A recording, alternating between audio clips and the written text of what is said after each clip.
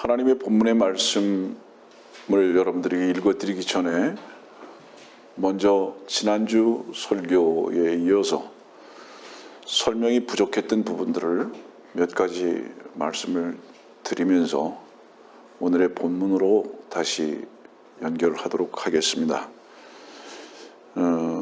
지난주의 설교의 내용은 가난한 한 과부의 이야기입니다.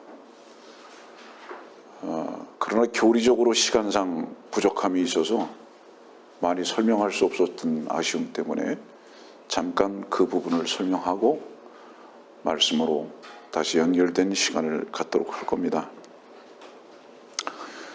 과부는 남자가 아니라 여자인 것은 분명합니다. 그런데 이 과부는 여자들이라는 일반적 호칭의 한 부분입니다. 성경에서는 여자를 말하고 있는데 그 여자라는 일반적 호칭에 네 가지로 나눌 수가 있습니다. 처녀 혹은 아내 혹은 창녀 혹은 과부, 이렇게 포지션별로 네 가지가 됩니다. 이 말씀을 사전에 여러분들에게 좀 설명을 해야 할 이유가 있습니다. 여러분들이 주 예수 그리스도의 살아계신 말씀으로 말미암아 구원받고 거듭났다면 지금 신랑을 기다리는 처녀의 위치에 있습니다. 그래서 처녀의 위치는 순결하고 기다림에 있습니다. 여러분들이 구원받고 거듭났다면 처녀의 위치입니다. 지금 현재적 위치인 거예요. 그 다음에 아내라는 것은 뭐냐면 분명히 남편이 있는 위치입니다. 남편이 있는 아내는 가장 아름다운 위치가 뭐냐면 순복입니다. 유일하게 남편만이 머리 되심을 알고 누리고 또 고백하는 것입니다. 그 다음에 창녀는 무엇이냐면 성경에서 창녀를 주로 말씀하시는 것은 캐톨릭을 말씀하고 계십니다. 계시록 17장과 18장 같은 경우에 특별히 그런데요. 창녀는 두 가지를 다 얻으려고 하는 겁니다. 다시 말하면 하나님도 믿는다고 하지만 실상은 세상과 자기의 육신적인 즐거움을 나누고 살고 있는 것을 성경에서는 창녀라고 합니다. 오늘의 이런 네 가지의 말씀들을 여러분들에게 설명을 해나가면서 여러분들의 위치를 확인하기를 바라기 때문에 이런 말씀을 드리는 것입니다. 그런데 과부는 무엇이냐? 오늘 이사야서 한번 54장 먼저 볼까요? 이사야서 54장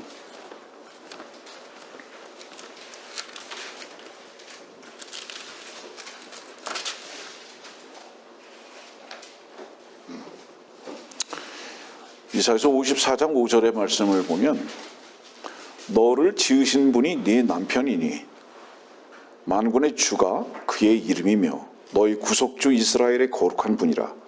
그가 온 땅의 하나님이라 칭함을 받으리라. 교리적으로는 이사야서 54장 5절에 있는 말씀에 향하고 있는 곳은 뭐냐면 이스라엘입니다. 그 육신적 이스라엘이에요.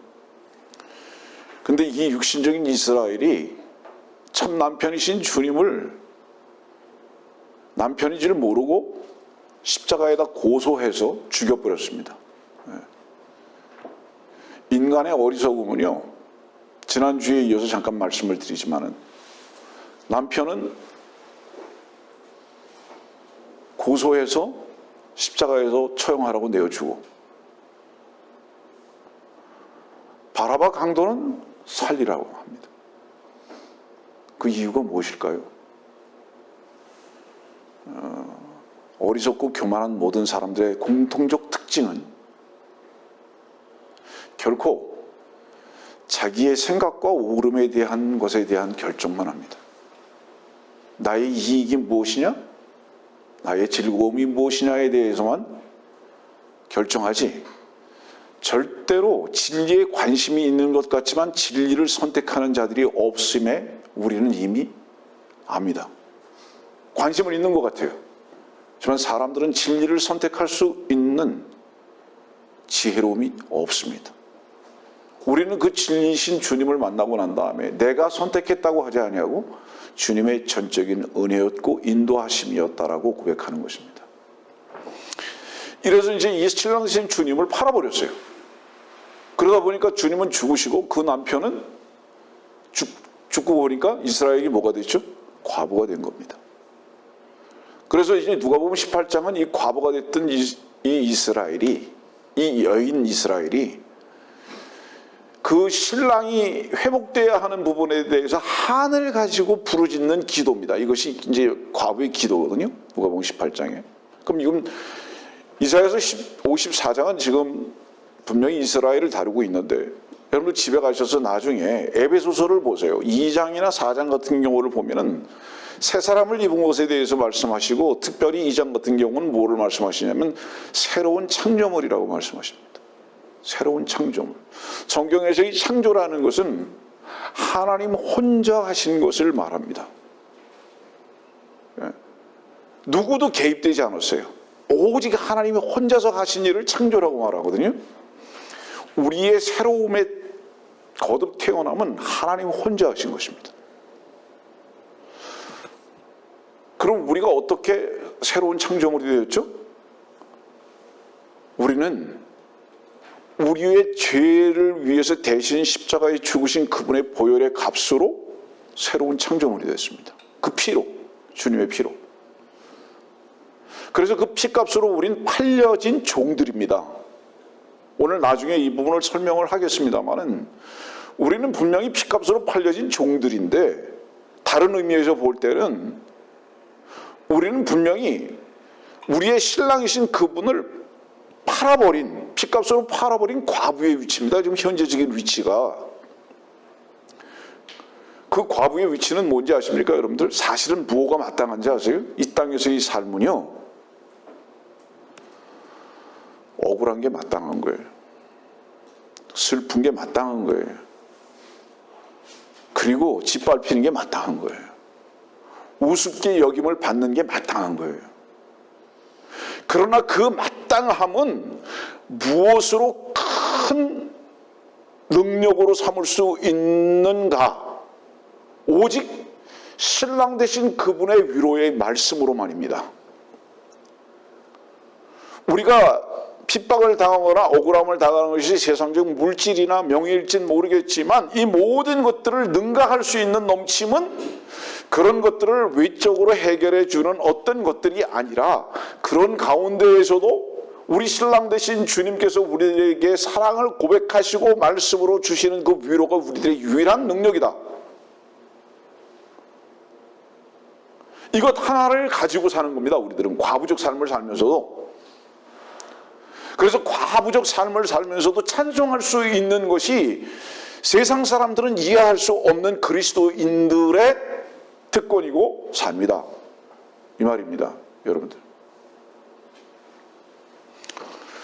오늘 우리는 잠시 전에도 그런 말을 했습니다. 기도는 불교나 힌두교나 마호메교나 유교나 기독교나 그 외의 잡신들이 믿는 모든 기도까지도 동일하다. 이름만 다를 뿐이다. 마지막에 쓰는 이름만 다를 뿐이다. 그 기도의 모든 내용은 뭐냐면 자기의 필요, 세상 것에 대한 즐거움. 이게 공통적인 기도의 내용이 돼버리고 말았다. 그리고 기독교라고 하는 단체 속에서 있는 모든 사람들은 그것을 유일한 기도여야 한다고 가르침을 받고 있다 이 말입니다. 여러분들이요, 우리의 기도, 우리의 만족은 오직 신랑 되신 주님의 말씀의 위로 한 곳에 있다는 것을 절대 잊지 않기를 바라는 것. 그래서 기도는 우리의 필요를 주님께 아뢰는 것이 아니라 오히려 주께서 우리에게 주시고자 하시는 참된 위로를 얻을 수 있는 시간이 되어야 한다. 넓게 펼치지 않겠습니다.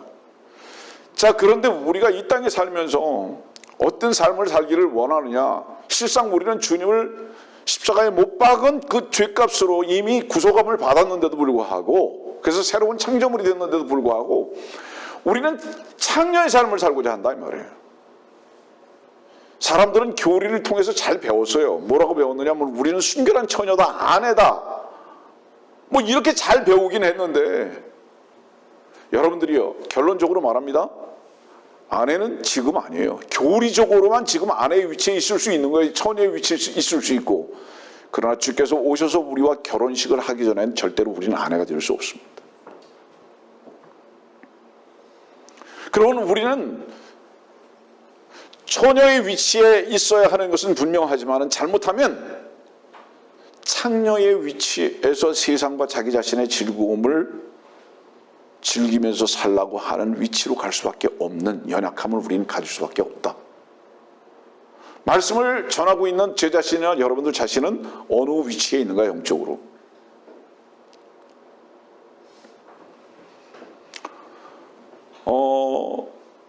법정에서 판사가 이렇게 물어봤어요. 누가 창녀냐고 이렇게 물어봤습니다. 아니라고. 왜 창녀라고 했느냐고. 성경에서 이 창녀는 세상을 사랑하면 창녀라고 한 것이라고. 그랬더니 그 법정에 있는 판사가 저한테 다시 이렇게 질문했습니다. 그러면 당신도 창녀냐고. 예, 경우에 따라서 저도 창녀의 위치에 있을 때가 있습니다. 그랬더니 이 판사가 당황스러운 거죠. 아니, 왜냐하면 자기가 지금 재판장에서 이 창녀라는 단어 때문에 내가 고소가 돼가지고 지금 그 앞에 섰는데, 그것을 성경적인 의미로 다른 것을 가지고 이걸 지금 검사가 공소장에다 기재를 해가지고 고소를 했으니까 판사 입장에서 볼 때는 어떻죠, 그러면? 놀라는 거죠. 그럼 창녀, 창남입니까? 창녀입니까? 창녀잖아요. 근데 지금 그 앞에 서 있는 제가 창녀라고 하니까 당황스러울 수밖에 더 있겠습니까, 여러분들? 그러니까 그 재판장은 저한테 자유롭게 하신 거죠. 자유롭게 하라고. 왜냐면 전혀 다른 내용을 가지고 고소가 돼버렸으니까요. 자세한 얘기는 안 합니다. 왜 이 말씀을 드리냐 하면, 사람들은 설교의 말씀을 전하거나 들을 때 자의적으로 듣습니다. 같은 것을 표현을 해도요, 자기 속에 있는 대로 해석하고 들어요. 여러분들, 우리는 이 땅에 있는 동안에 주님을 환자로서 기다리는 처녀로서 미래의 아내로서 살아야 하는데, 세상을 즐기고 산다면, 자기 육신적인 즐거움만을 추구하고 살기를 원한다면, 그건 분명히 영적 창녀의 위치에 있는 게 확실합니다. 우리는 다른 종교들이나 캐톨릭을 손가락질을 할 수 있는 위치에 있거나 자격자는 아닙니다. 그런 일들 속에서 우리의 연약함을 발견할 수밖에 없는 자들이 되어야 한다는 것을 저는 말씀을 드리는 것입니다. 또 많은 사람들이 이렇게 얘기합니다. 하나님의 아들들이라고. 하나님의 아들들이라고. 우리 하나님의 아들들이 맞습니까? 요한복음 1장 12절에는 하나님의 아들을 영접했으면 하나님의 아들들이 되는 권세를 주셨거든요. 분명히. 우리는 아들들이죠. 그런데 죄송합니다. 착각하지 마십시오. 하나님의 아들들에 대한 부분들은요, 성경에서 뭐라고 말씀하시는지 아세요, 여러분들? 그건 상속권을 말씀하고 계시고요. 갈라디아서 말씀 보세요, 여러분들. 또 요한일서의 말씀도 보세요.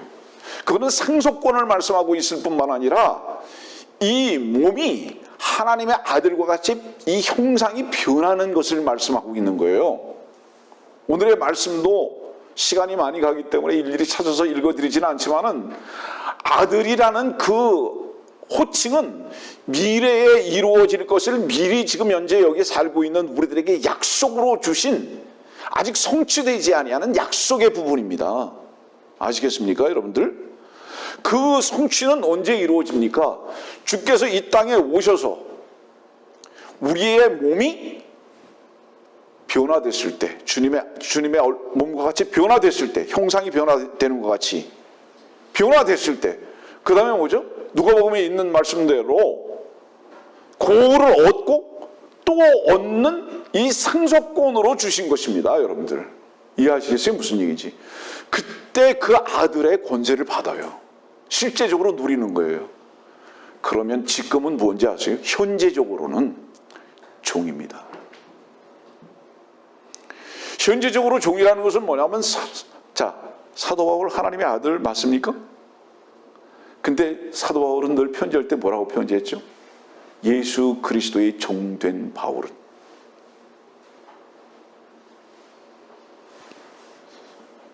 우리는요, 이 땅에 살면서 사는 이유가 뭔지 아세요? 종의 위치에서 사는 거예요. 그러니까 현재적 삶은 종이라 이 말이에요. 여러분들 현재적 삶은 종이라는 것은, 상대적인 것은 뭐를 의미하는지 아십니까? 주인이 계시다는 뜻이죠.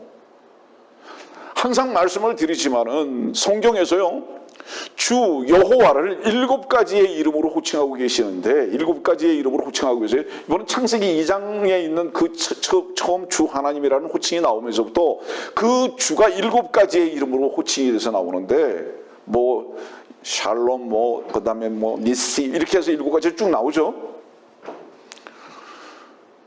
우리는 그 주 앞에서 어떻게 살아야 하는지 아느냐라는 것을 우리들에게 가르쳐 주시기 위해서 이 땅에 있는 동안, 그래서 우리는 이 땅에 있는 동안은 종입니다.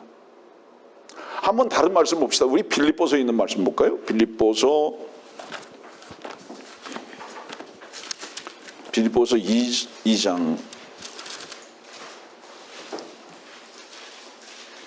빌립보서 2장 5절입니다. 너희 안에 이 생각을 품으라. 곧 그리스도 예수 안에 있는 생각이라.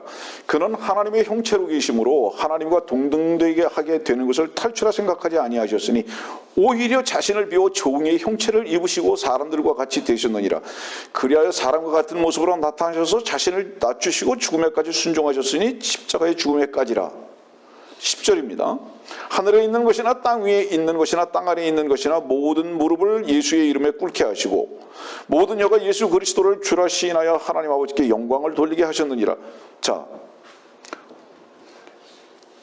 이 말씀 속에서 우리가 알 수 있는 것은 뭐냐? 주님은 하나님의 형체셨는데 오히려 자신을 비워서 종의 형체를 입고 오셨다. 다른 표현은 이거 뭐죠? 인자로 오셨다. 사람으로 오셨다 이거죠. 하나님의 형체를 비워버리고 인자, 곧 사람의 모양으로 오셨다. 여러분들 사람이 맞습니까? 사람이 맞죠? 아직 변하지 않았어요. 이 몸이. 사람의 모양으로 이 땅에 있는 동안에는 주께서 종의 위치에 있으셨던 것과 같은 것을 배워나가는 시간이다. 이 말씀이에요. 지금 이 말씀. 주님께서 이 땅에 계시는 동안에 그분의 행적을 보십시오. 그분은 그분 자신이 하신 것이 한 가지도 없으셨다는 것. 모두가 다 아버지의 대리자로서 일을 하셨다는 것. 그분의 기도의 이유는 아버지여 어떻게 생각하십니까? 그분의 기도의 이유는 내 뜻대로 마옵시고, 이것이 그분의 기도의 이유였고 내용이었습니다. 여러분들. 근데 이 기도가 변질돼서 내 뜻대로 되기를 원하는 기도만이 있고 아버지의 뜻은 절대로 구하지 아니하는 기도가 기도로 포장돼 버리고 말았던 것입니다. 여러분들. 우리가 이 땅에 사는 동안에 우리의 위치는 분명히 인자, 곧 육신의 몸을 입고 있는 것이 확실하다면 우리는 하나님 아버지의 말씀에 복종하고 순종하는 것을 배워나가는 시간이다. 이것이 종된 자들의 분명히 자기 위치고 고백이어야 한다.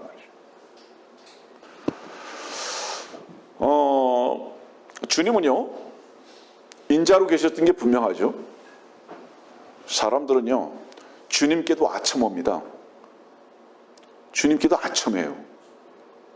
주님의 호칭을 말을 하는 것과 같이 그 내용이 그들 마음속에 있느냐? 아니에요.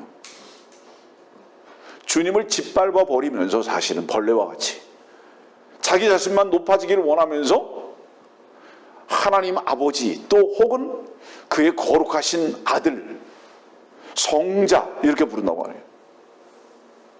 이거 아부하는 거죠. 오늘 우리 형제님 기도하셨을 때 하나님 아버지 하셨습니다. 저는 오늘의 기도의 내용 중에서 가장 내 마음을 탁 때린 게 뭐였냐면 하나님 아버지입니다. 왜 그랬을까요? 모든 사람들이 동일한 그 낱말을 가지고 기도하지만 나는 저 오늘 기도한 형제의 아버지가 누군지를 안다. 아버지는 시작이십니다. 아버지는 생명의 출발점입니다. 그리고 지금 저 형제는 그 아버지의 말씀을 듣고 있고 그 말씀 앞에 순복을 배워가는 형제이기 때문에 그 아버지 하나님이라는 그 기도의 시작은 매우 적절했고 내 마음 안에도 깊은 울림이 있었다. 여러분들, 하나님이 아버지신 게 확실합니까? 하나님이 아버지신 게 확실한 사람은요, 이 세상의 아버지는 끝난 겁니다. 여러분들, 효도하지 말라는 의미로 받아들이지 마세요. 그런 말이 아니에요. 내 육신이 끝났기 때문에 그리스도인이 된 것입니다. 여러분들이요, 아버지가 나의 시작점이 되셨다 이 말이에요. 새로운 시작점이 되셨다. 그래서 아버지 이렇게 호칭하게 됐다 이 말입니다.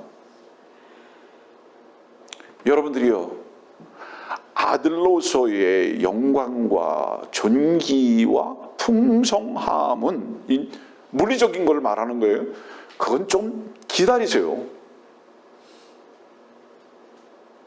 여러분들이 아무리 오래 기다리시고 아무리 참아도 인내해도 억울하지 않을 만큼의 놀라운 복을 주님께서는 우리를 위해서 준비해 놓으셨습니다. 이건 약속입니다. 여러분들, 주님께서 여러분들의 그 약속의 말씀으로 말미암아 여러분들의 참난 위로가 되고 아들이 되게 하셨다면 그 하나님의 약속은 신실하실 것입니다. 지금 우리들이 아무리 고난 가운데 있다 할지라도 잠깐 지나가는 것입니다. 여러분들, 주께서는 속히 오실 것이고, 그래서 이 기다림이 아무리 지루한 것 같다 할지라도 주께서 우리를 만나셨을 때 기다리는 우리들에게 주시는 주님의 상급은 큰 것이라고 말씀하고 계십니다. 지금 이 땅에 사는 동안 우리는 아들은 기다리는 자의 위치에서 그분을 흠모하며 그분께서 우리를 영광 중에 나타나셔서 우리에게 어떤 상속을 주실 것에 대한 분명한 위로의 말씀으로 주신 것이지만 현재적인 이 땅에서의 삶은 우리는 반드시 종의 삶이다. 종으로 살다 보면요, 자기라는 이름은 없어요. 우리가 슬퍼하고 눈물 짓고 자존심 상하고 억울해하는 이 모든 일들은 우리가 종의 위치에 있게 하게 하시기 위한 주님의 선대하심이라는 것을 인정하고 삽시다. 저는 오늘 여러분들에게 이 말씀을 드리는 겁니다. 제가 한 가지 마음 아픈 것 중에 하나가 뭐냐 하면, 여러분들이요, 설교의 말씀을 통해서 여러분들에게 참된 위로를 주기를 원하는 마음이 있는 반면에 그 참된 위로는 뭔지 아십니까? 주의 말씀만이 우리의 위로라, 이렇게 고백할 수 있는 그 위로 말하는 겁니다. 그러나 때로는 저에게 아직도 남아있는 육신적이고 세상적인 관점에서의 가치관이 여러분들을 때로는 어떤 위로로 데려가고 싶은지 아십니까? 이런 유혹이 있는 거예요. 여러분들이 물질이 부족합니까? 하나님께서 반드시 채우실 겁니다. 이런 설교를, 거짓 설교를 하고 싶을 때도 사실은 있다 이 말이에요. 그러나 그것은 거짓말입니다. 여러분들, 물질이 없으십니까? 열심히 일하십시오. 그래도 생기지 않습니까? 그냥 계십시오. 그러면 저는 거짓말은 할 수 없습니다. 왜냐하면 주님께서는 우리들에게 필요한 만큼만 채우실 것이 확실하기 때문입니다. 그 필요한 것은 무엇인지 아십니까? 우리의 육신에 필요한 것을 말하는 것이 아닙니다. 주님을 섬기는 데 필요한 만큼만입니다. 왜냐하면 이거는 주의 교회의 물질을 내는 만큼을 말하는 것이 아닙니다. 내 몸을 산 제물로 드릴 수 있는 그 필요를 말하는 것입니다.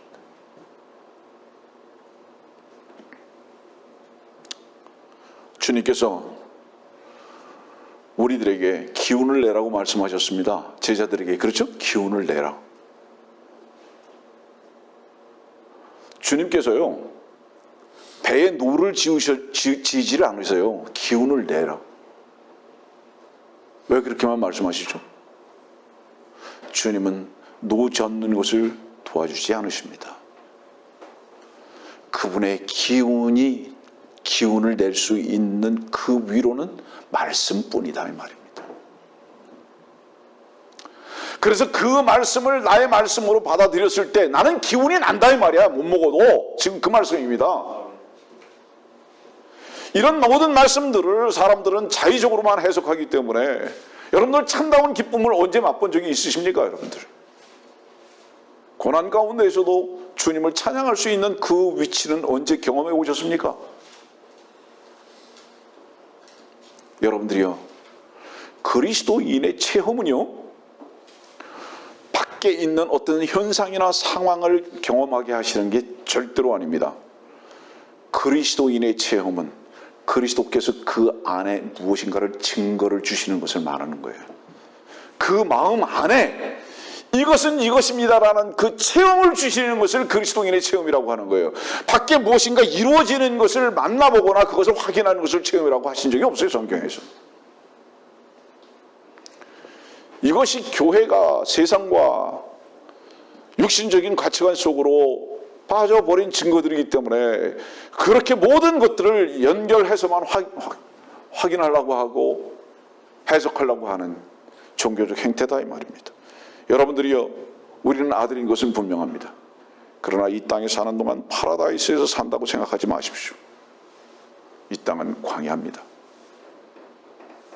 이 땅이라는 바다, 이 세상이라는 이 바다에서 항상 잔잔할 것이라고 생각하지 마십시오. 언제나 폭풍우가 있습니다. 그러나 그 폭풍우 속에서 우리가 다 죽게 되었다고 소리는 지르지 마십시오. 왠지 아십니까? 그 폭풍 속에 주님은 함께 계시기 때문입니다. 우리를 폭풍 속으로 집어넣으시는 이유는 무엇인가? 주님께 우리의 시선을 돌리게 하기 위한 주님의 선대하심이라는 것을 발견하고 인정하십시오. 그 폭풍우 속에서 손이 다 부르트도록 노력하는 노력을 우리들에게 주기 위해서가 아니라 그런 가운데에서도 주님은 주무시고 계신 이유는 무엇이냐면 주님 한 분만이 우리의 위로고 능력이라는 것을 발견케 하고 알게 하시기 위함이라는 걸 절대 잊어버리지 마셔야 한다 이 말입니다. 그때 주님께서는 그 바다에서 우리들에게 이렇게 말씀하실 겁니다. 기운을 내라. 주님은 우리의 도움이 되시는 것은 분명하지만 그 말씀이십니다. 여러분들이요, 종으로 살겠습니까? 아들로 살겠습니까? 창녀로 살겠습니까? 아니면 과부로 살겠습니까? 여러분들은 결정해야 합니다.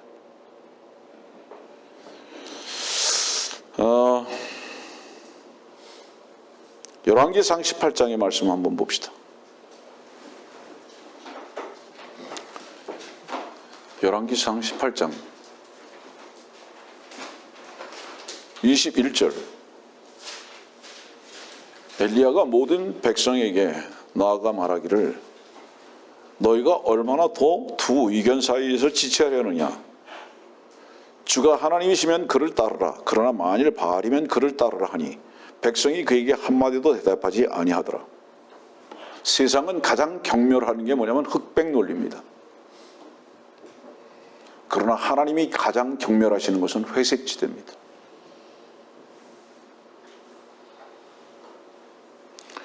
여러분들 미국 사람들이 가장 자주 쓰는 제스처 중에 하나가 뭔지 아십니까? 이겁니다. 어깨를 긍정도 부정도 안 하는 겁니다. 그냥 이거 이렇게 하는 거예요. 네가 알잖아. 난 몰라. 그 회색지대. 왜 자기 책임지려고 안 하는 겁니다. 질문합니다. 하나님은 어둠도 조금도 없으신 거 압니까? 맞습니까? 그러면 그분은 하야신 게 확실하죠. 하나님께서 어둠에서 우리를 불러내신 것이 확실하다면 그분은 분명히 나누시는 하나님이죠. 오늘의 이 말씀은 뭐죠? 두 개 다 하지 마. 한 가지만 해. 이 말씀이죠. 너의 정체성이 뭐냐? 너의 정체성이 뭐냐? 너 지금 분명히 두 의견을 가지고 있다? 하나님을 따르겠냐? 아니면 바알 따르겠냐? 이런 거예요. 예를 들어서 이마에는 그리스도인 그래놓고 바알은 어디로 가느냐? 그러면 차라리 그리스도인이라고 쓰지 말고 여기다가 뭐를 쓰냐? 나는 갬블하러 가는 사람 이렇게 쓰고 발걸음도 갬블장으로 가라. 그 머리하고 왜 발을 따로 놓느냐 이 말이에요. 성경에서는 이걸 뭐라고 그러죠? 이걸 중풍병자라고 하죠. 중풍병자의 특징은 머리에서 지시하는 대로 몸이 움직이지 않잖아요. 네가 그리스도인이라고 말하고 있느냐? 그럼 그리스도인으로 살아라 이 말이에요. 만일 그리스도인으로 살기를 원하지 않는다면 차라리 바알로 살아라 이 말이에요. 이 바알은 뭐죠 여러분들? 현실을 인정하는 신입니다. 현실적으로만 도와주는 신입니다. 이 바알 신은. 그러니까 예를 들어서 일주일에 한 번 1시간 2시간은 그리스도인으로 살고 나머지 시간은 전부 다 바알로 산다면 너 그렇게 살지 마. 둘 중에 하나 끝내 이 말이에요. 아예 세상적으로 살든지 아니면 그리스도인으로 살아라. 왜 너 두 의견 가지고 있냐?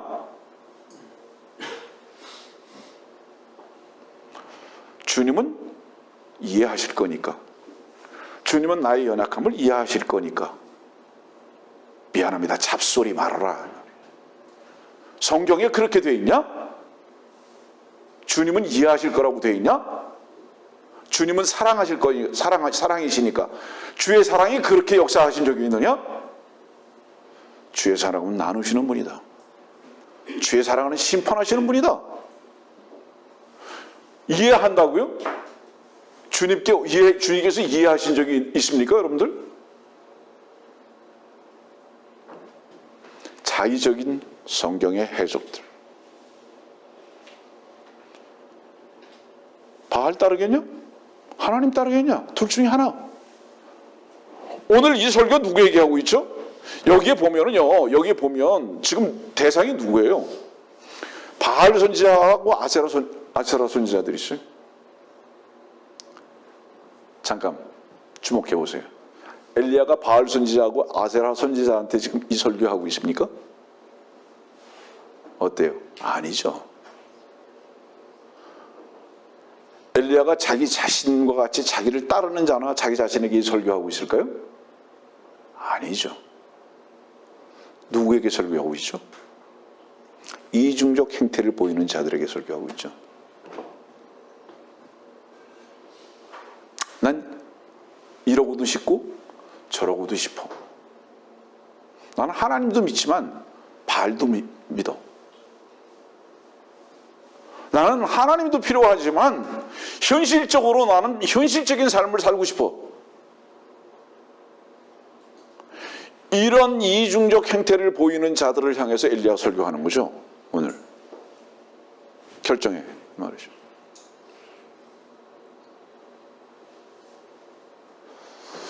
이 설교 누구한테 해야죠? 저도 제 자신에게 해야죠. 여러분들, 사람들이 얼마나 징글징글한지 아세요? 말씀의 검이 아무리 날카로워도요, 그 말씀의 검을 피하고 자기 심장에 꽂히지 않게 할 수 있는 방탄조끼가 몇 개씩은 있어요, 사람들이. 그래서 그 심장을 찌르지 않아요, 말씀이. 말씀이 아무리 칼 같아도, 오늘의 형제의 기도와 같이 망치 같아도요, 자기 사랑의 투구를 쓰고 자기 변명과 자기 스스로 방어하는 방어의 조끼를 몇 겹으로 입고 하나님의 말씀을 들으면서 약간의 괴로움이 있다 할지라도 그냥 피하기만 합니다. 무시하기만 합니다. 말씀을 들을 때는 약간의 괴로움이 있을지 모르지만 즉각 진통제를 먹어버리고 없애버립니다. 그 진통제 뭐죠? 세상적인 즐거움으로 그냥 가버리는 거예요. 그래서 늘 말하지만 인간의 위로가 바카스가 되어가지고, 인간의 위로가 뭐죠? 여러분들 세상의 위로가 여러분들의 어떤 바카스가 됐죠? 바카스는 히랍의 술의 신의 이름이잖아요. 여러분들은 어떻게 취하게 합니까? 여러분들 전부 다 세상의 즐거움에 취하게 해가지고 그 말씀 앞에 정신 못 차리게 하죠. 누가? 우리 자신들에게 가장 가까이 있는 세력들이. 그리고 거기다 취해가지고 잡니다.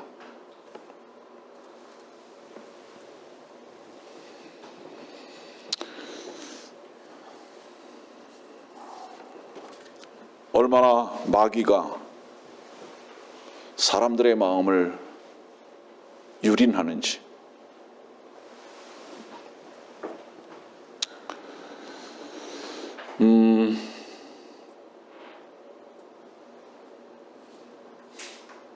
예전에도 그런 설교를 한 적이 있는데 주님께서 이렇게 말씀하셨죠. 이 독사의 세대라고.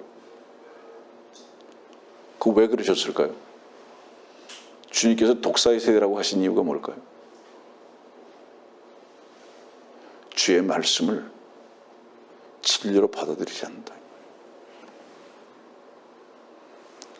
주님의 이슬 같은 말씀을 그 속에 받아들일 때 속에 독사의 독이 있어가지고 독을 품어내는 것으로 바꿔버리는 것.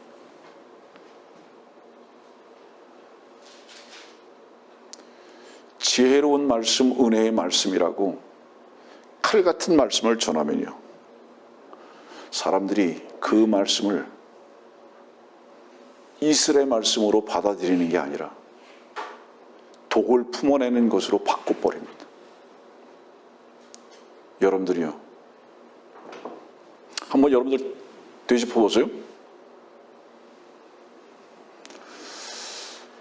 여러분들이 정의를 실현하기 위해서 길거리에 나가서 외쳐본 적이 있습니까? 정의를 실현하기 위해서 정권하고 피 튀기는 싸움을 해본 적이 있습니까? 정의를 실현하기 위해서 깃발을 들고 미친 듯이 뛰어다녀 본 적은 있으십니까? 없죠. 대부분 없을 거예요. 근데 여러분들이 왜 정의를 실현하는 정의의 사자와 같이 행동하십니까? 무슨 뜻인지 아세요? 전부 다 싸우려고만 해요. 저것이 잘못됐고 저것은 모순됐고. 우리가 그렇게 정의로운 자들이에요? 여러분들 아마 이런 싸움은 계속해 왔을지 몰라요. 수십 년 동안 자기의 이익과 싸우고 자기를 대항하는 것들과 싸우고.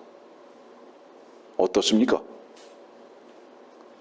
정의의 사도같이 행하는 모든 자들의 그 위선들, 사실은 그 숨겨진 악과 악행이 그냥 부르짖기만 하는 거죠. 이 정부가요, 문제가 되는 게 뭔지 아세요? 어떤 정부든지 다 연약함이 다 있어요. 문제는 다 있어요. 그런데 지금 이 정부의 진짜 문제는 뭔지 아십니까, 여러분들? 잘못했는데도 잘못을 인정하지 아니하고 오히려 그 잘못을 다른 사람들에게 다 뒤집어 씌우는 겁니다, 여러분들. 이 나쁜 놈들이죠, 아주. 근데 여러분들 그 정부하고 싸워본 적은 있습니까? 한번?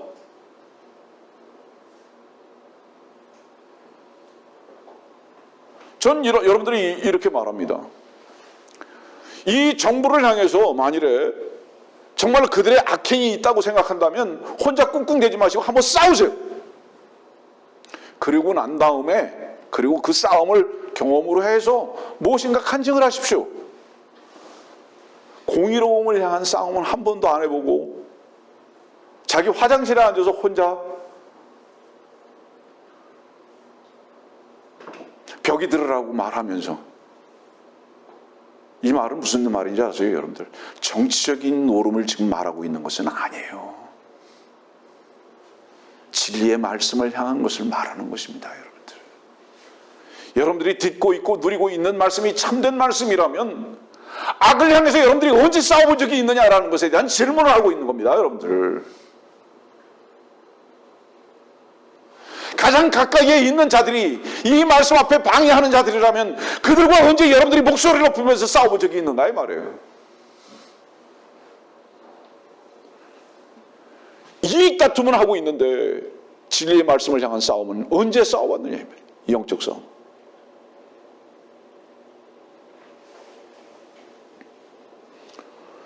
카인의 문제는 뭐였죠? 카인의 문제는요, 자신이 섬기는 방법을 고집하고 있는 자예요. 그게 옳다고 생각하는 거예요.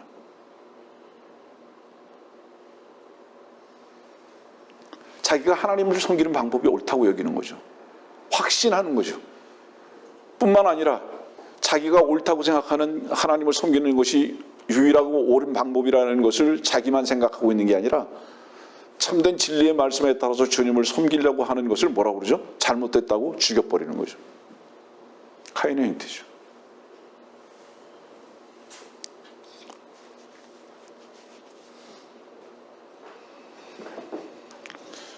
그런 카인이 구원받았을까요? 자, 한번 대답해 보세요. 카인 구원 못 받았죠. 이유가 뭐죠? 자기가 마땅히 죽어야 할 그 피를 인정하지 않은 거죠. 자기가 마땅히 죽어야 할 그 피를 인정하지 않은 거죠. 하나님은 피를 받으시죠. 네가 죽었느냐? 네가 피 흘린 적이 있느냐? 하나님은 그걸 받으시죠. 질문하시고. 자기의 제사 방법을 고집하는 자. 여러분들, 설교는요, 보편적이어야 합니다. 설교가 보편적이어야 한다는 그 뜻은 무슨 뜻인지 아세요? 어떤 특정인을 대상으로 한 설교는 그거는 거짓된 겁니다.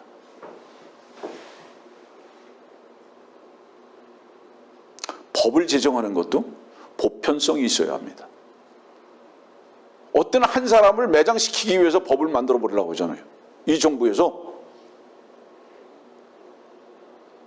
그 법 악법이죠. 설교도요, 보편성이어야 됩니다. 모든 사람들을 위한 설교가 되어야 합니다.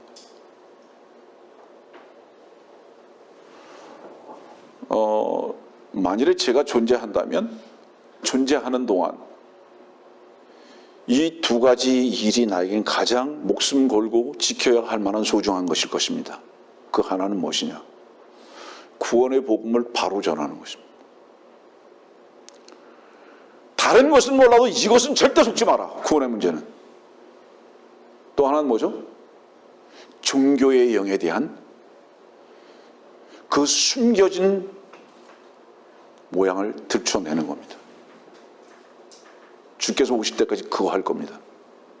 그 부분 앞에서는 목숨 걸고 할 거거든요. 피에 대해서 말씀드렸습니다. 조금 아까. 아벨은 왜 지금도 믿음으로 말하고 있죠? 히브리서에 있는 말씀대로.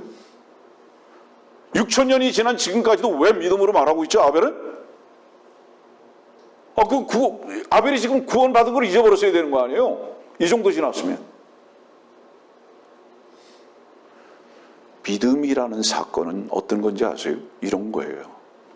만나의 뜻이 무엇이었죠? 이것이 무엇이냐? 왜였죠? 듣도 보도 못했던 첫 번째 사건이니까 하늘에서 내리는 게. 그들이 가나안에 갔을 때 그 만나 잊어버렸을까요? 질문 드리는 거예요. 잊어버렸을까요? 절대 잊어버리지 못했죠. 어떤 사람이 미국에 처음 왔던 것을 시간이 지났다고 해서 미국을 싫어한다고 해서 그 미국 왔던 그 사실을 잊어버릴까요? 어떤 사람이 결혼을 했어요. 처음 결혼을 했어요. 어떤 남자가 처음 남녀를 서로 알고 결혼했어요. 결혼식을 말하는 게 아닙니다. 여러분들 오해하지 마세요. 결혼식이 아니라 결혼을 했다. 한 몸이 됐다고.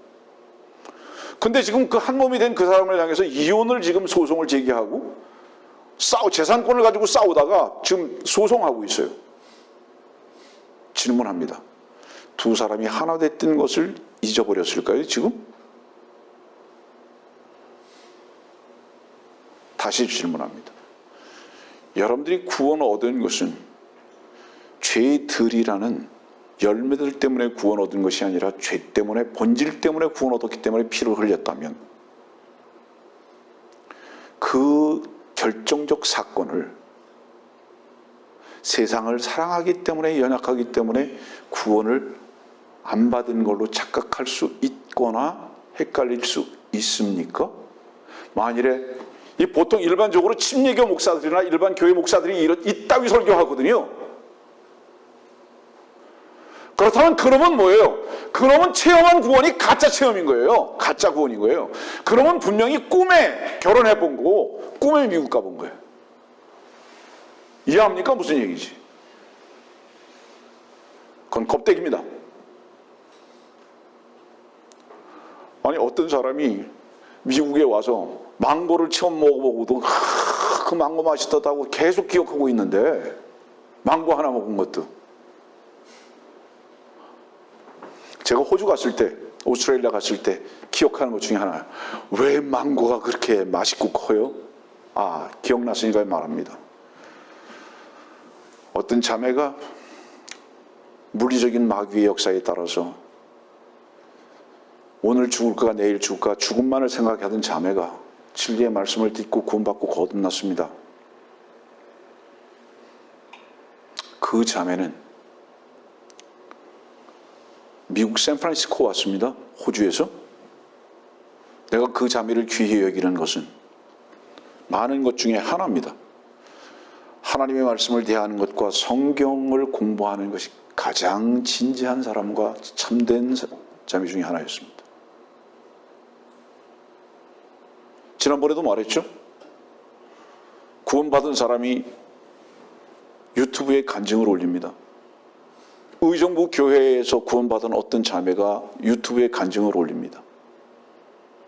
그 자매 여러분들이 뭐라고 말했던 거 기억합니까?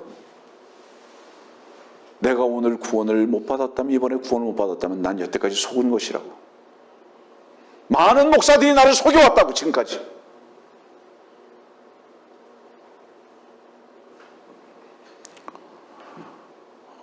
수원에 살고 있는 어떤 형제가 주님을 개인의 구주로 영접하고 불치의 병이 낫고 그의 구원과 간증이 너무 확실했습니다. 일일이 다 설명할 수 없는 많은 형제와 자매들, 그들이 만일에 어떤 목사가 구원은 한번 받았어도 당신이 생활을 잘못하면 내가 구원받았는지 안 받았는지 잘 모를 수 있어, 만일에 이렇게 얘기한다면 지금 말했던 그 형제자매들이 뭐라고 말할까요? 뭐라고 말할까요? 저놈은 가짜구나, 그렇게 말하겠죠. 여러분들, 오늘 이 말씀을 듣고 있는 여러분들이요, 여러분들은 분명한 구원의 기점이 있는 거 아닙니까? 분명한 영적 체험이 있는 것이 아닙니까? 여러분들, 이것은 성경을 구원의 도를 설명하는 것이 아닙니다. 그 구원의 주를 내적으로 체험한 것이 아니냐 이 말이에요. 여러분들이 이 진리의 영 안에서 체험한 것이 아니냐 이 말입니다. 여러분들이, 여러분들이요, 마귀의 종들에게 속지 마십시오. 여러분들, 당신이 구원을 지금 현재 의심하고 있다면 구원 안 받았습니다. 여러분들, 받으셔야 합니다. 저는 누구를 폄하하거나 정죄하고자 이 말씀을 드리는 것이 아니라 진실로 주님 안에서 구원의 중요함과 정말로 간절한 마음으로 구원으로 초대하는 것입니다. 여러분들, 진실로. 저는 이런 거짓된 것들과는 목숨을 걸고 싸울 것입니다. 왜냐하면 저의 존재 이유가 거기 때문에. 다른 것은 다 속아도 구원의 문제는 절대 속으면 안 됩니다. 그거는 영혼의 부분입니다.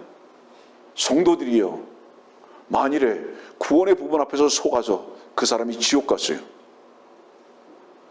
자기를 거짓 것으로 끌고 갔던 그 목사를 지옥에서 봤을 때 그 속아서 지옥 간 그 사람이 그 목사를 어떤 눈으로 볼까요? 독사의 눈으로 볼 겁니다. 네가 날 속여서 이곳 지옥으로 데려왔지.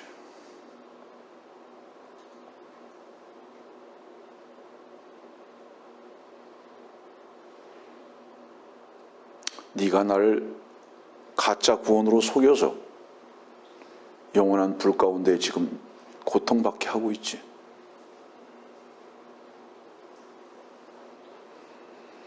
우리가 최소한 그런 독사의 눈을 볼 수 있는 기회는 없어야 합니다.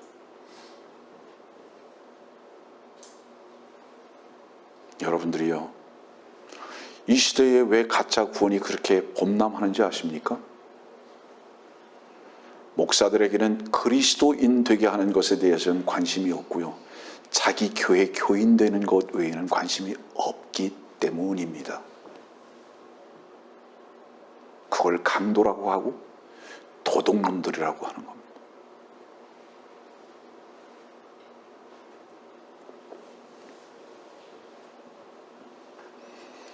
자바에, 인도네시아의 자바에 유파스 나무라는 게 있습니다. 이 유파스 나무라는 나무를 가지고 화살을 만들어서 짐승들을 잡습니다. 그 유파스 나무에 독이 있는 거죠. 쏘이면 그냥 즉사하는 겁니다. 그런데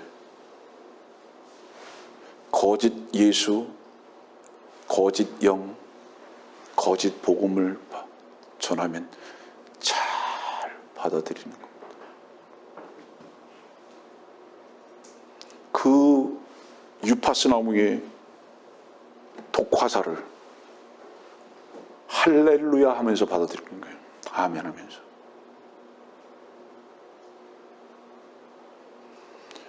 이런 현 세태에서 여러분들, 우리의 위치는 어디에 있어야 하는 것입니까?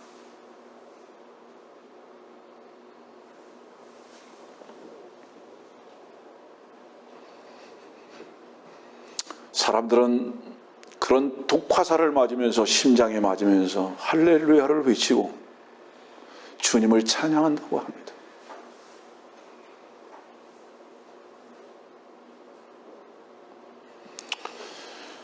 안토니우스 황제라는 사람이 2마리의 사자를 수레에다 묶어놓고 끌게 했습니다. 얼마나 힘이 있었겠어요? 다른 말을 여러분들에게 전합니다. 야누스를 압니까? 2 얼굴을 가진 자.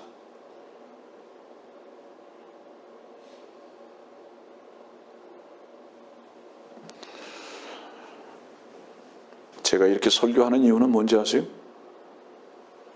옳기 때문에? 잘 들으십시오.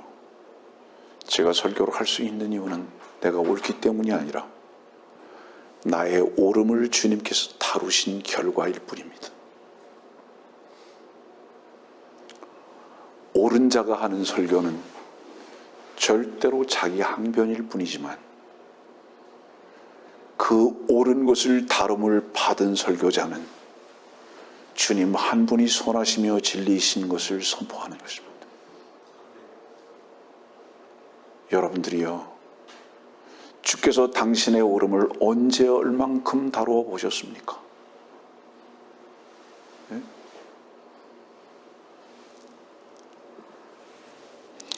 에스겔 33장 11절 말씀 봅시다.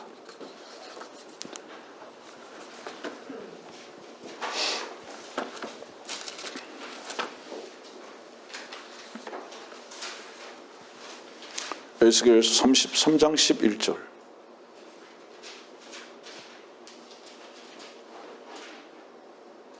그들에게 말하기를 주 하나님이 말하노라. 내가 살아있는 한 내가 악인의 죽음을 기뻐하지 아니하고 악인이 그의 길에서 돌이켜서 사는 것을 기뻐하노니 너희는 돌이키라.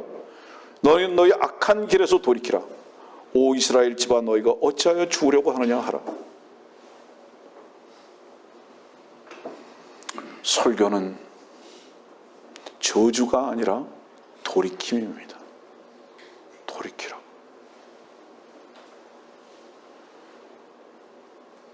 오늘의 이 설교가 혹시 심장에 찔려서 칼과 같은 고통을 준다 할지라도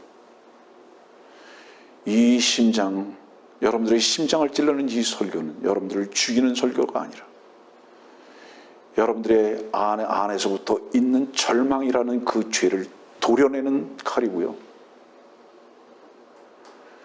여러분들이 아무 힘이 없이 무기력한 바로 그것을 이렇게 세워주는 은혜의 말씀인 것을 인정하십시오, 여러분들. 예? 아까도 말씀드렸지만 우리는 듣는 것을 말합니다. 주께서는 그렇게 말씀하셨어요. 내 양은 내 음성을 듣는다고. 듣는 것으로부터 출발하죠. 이분은 마귀의 말을 들었기 때문에 그 말을 아담에게 전했고요. 우리가 태어나면서부터 말을 먼저 배우는 것이 아니라 듣는 것을 먼저 듣고 그것을 이해하고 난 다음에 그것을 말로 옮기듯이 여러분들이요, 주의 말씀을 듣는 자는 주님의 말씀을 전할 것이고 그 아비가 마귀인 자의 말을 듣는 자는 마귀의 말을 전할 것입니다. 듣는 대로 말하는 것이거든요, 여러분들. 주님께서는 뭐라고 말씀하시죠? 돌아오라.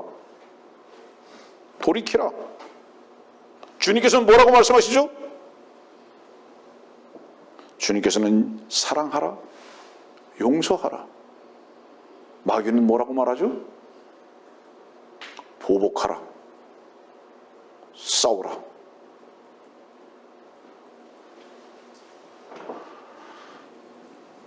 여러분들의 마음의 귀에 무슨 음성이 들리고 있습니까? 주님께서 오늘 엘리야를 통해서 주시는 말씀의 설교 속에서 여러분들은 어떤 설교를 들으십니까?